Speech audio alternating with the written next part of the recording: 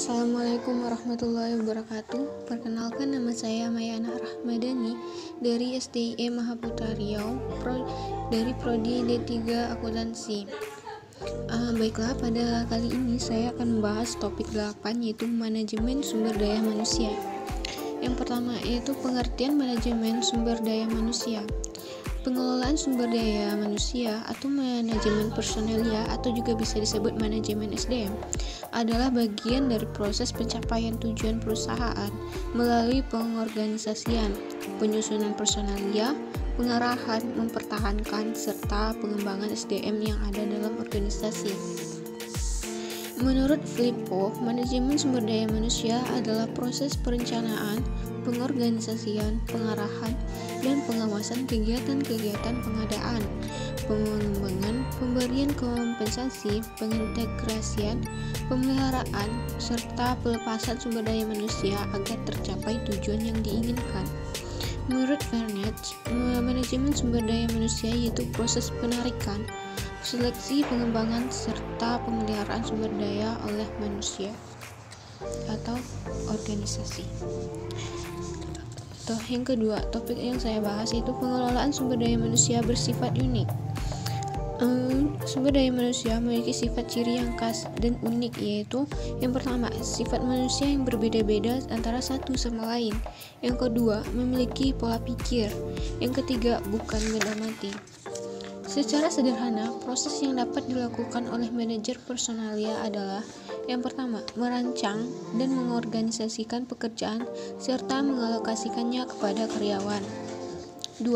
Merendahkan, menarik dan menyeleksi, melatih dan mengembangkan karyawan secara efektif untuk dapat melakukan pekerjaan yang telah dirancang sebelumnya. Yang ketiga, menciptakan kondisi dan lingkungan kerja yang dapat memuaskan kebutuhan karyawan melalui kesempatan pengembangan karir. Yang keempat, mempertahankan dan menjamin efektivitas dan semangat kerja yang tinggi dalam jangka waktu yang lama.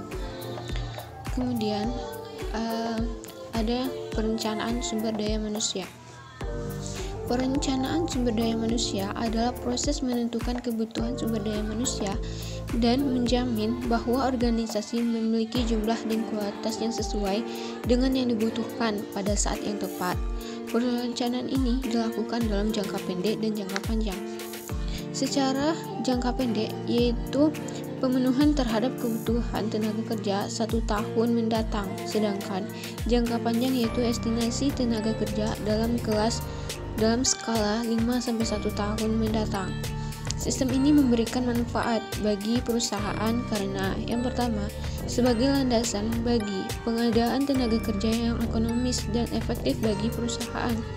Yang kedua, mengembangkan informasi dasar mengenai personalia untuk membantu kegiatan-kegiatan personalia dan unit-unit organisasi lainnya. Yang ketiga, mengkoordinasikan program-program personalia yang berbeda-beda.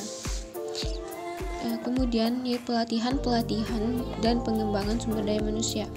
Yang pertama yaitu masa orientasi, yaitu masa pengenalan kondisi kerja dan lingkungan kerja orientasi. Ini bersifat formal dengan 1 hari kerja membahas topik-topik perusahaan atau bersifat informal melalui karyawan senior untuk mengajak karyawan baru berkeliling di lokasi kerja.